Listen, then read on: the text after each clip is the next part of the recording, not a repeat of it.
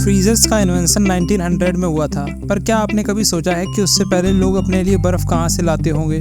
जो लोग ठंडी जगह पे रहते थे वो सर्दियों में अपने पास की रिवर से बर्फ ले आते थे, पर उन लोगों का क्या जो राजस्थान जैसी जगह पे रहते थे, ऐसी जगह पे ये लोग काम आते थे। ये लोग घर घर जाके बर्फ बेचते थे और लोग इनसे बर्फ लेके आइस हाउस में स्टोर करके रखते थे। ये आइस हाउस एक नेचुरल फ्रीजर जैसे होते थे और ये लकड़ी और लकड़ी के बुरादे जैसी चीजों से बने होते थे। इसके बाद आइस बॉक्स का इन्वेंशन हुआ जिसमें लोग बर्फ रखने लगे।